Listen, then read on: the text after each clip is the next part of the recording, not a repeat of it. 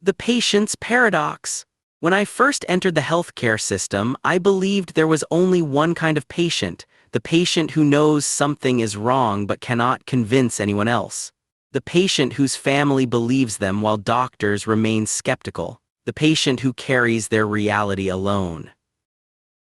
As I entered communities of patients with EDS, POTS, ME/CFS, and other complex illnesses, I found this story repeated again and again. Many had families who believed them but spent years trying to convince healthcare systems that their reality existed. I assumed my experience was the same. I was wrong. My reality unfolded in the opposite direction. As time passed, occupational therapy, physical therapy specialists, primary care, and neurology documented what was happening. The evidence grew and the picture became clearer, yet other parts of my life became less stable.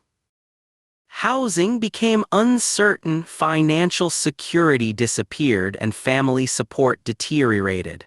The more visible my medical reality became, the less stable my personal reality became. Many patients possess social support but lack medical recognition. I possessed increasing medical recognition while losing social support. At first, this appeared to be a contradiction. Later, I realized it was a paradox.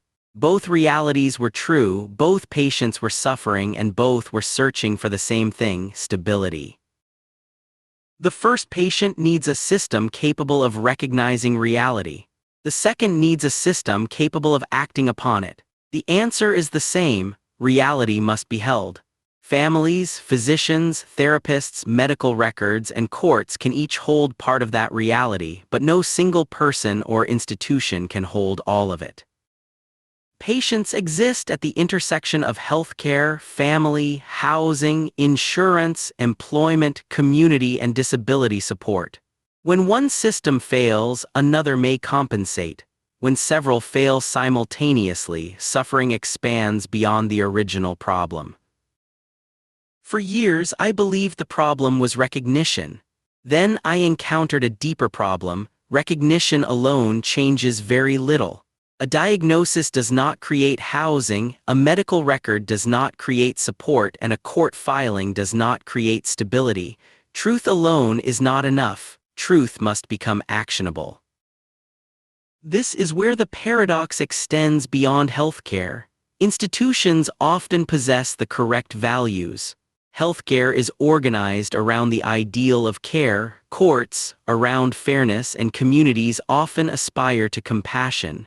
The problem is not always the absence of values. The problem is the distance between those ideals and lived reality. This is where Nietzsche and Jesus unexpectedly meet, not because they agree. Nietzsche attacks compassion as disguised weakness. Jesus teaches compassion as higher strength. Read as opposites, they still ask the same underlying question from different sides.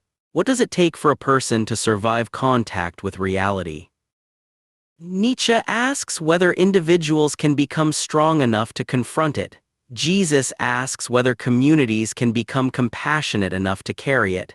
Modern systems often force us to choose between them. Reality does not. Patients need both. Strength without support becomes exhaustion. Support without strength becomes dependency. Both must evolve together. The individual must continue growing and the system must continue adapting. The patient must learn to carry reality and the community must learn to hold it. Only then can recognition become implementation, values become institutions, and truth become action. Looking back, I no longer see two kinds of patients. I see the same problem appearing through different pathways: recognition, support, access, or stability. The details change, but the answer remains the same. Reality must be seen, held, and acted upon. Everything else follows from that. Reality still has to be held by people: a family, a physician, a reviewer. What Neverlost adds is a way to carry that reality faithfully between them.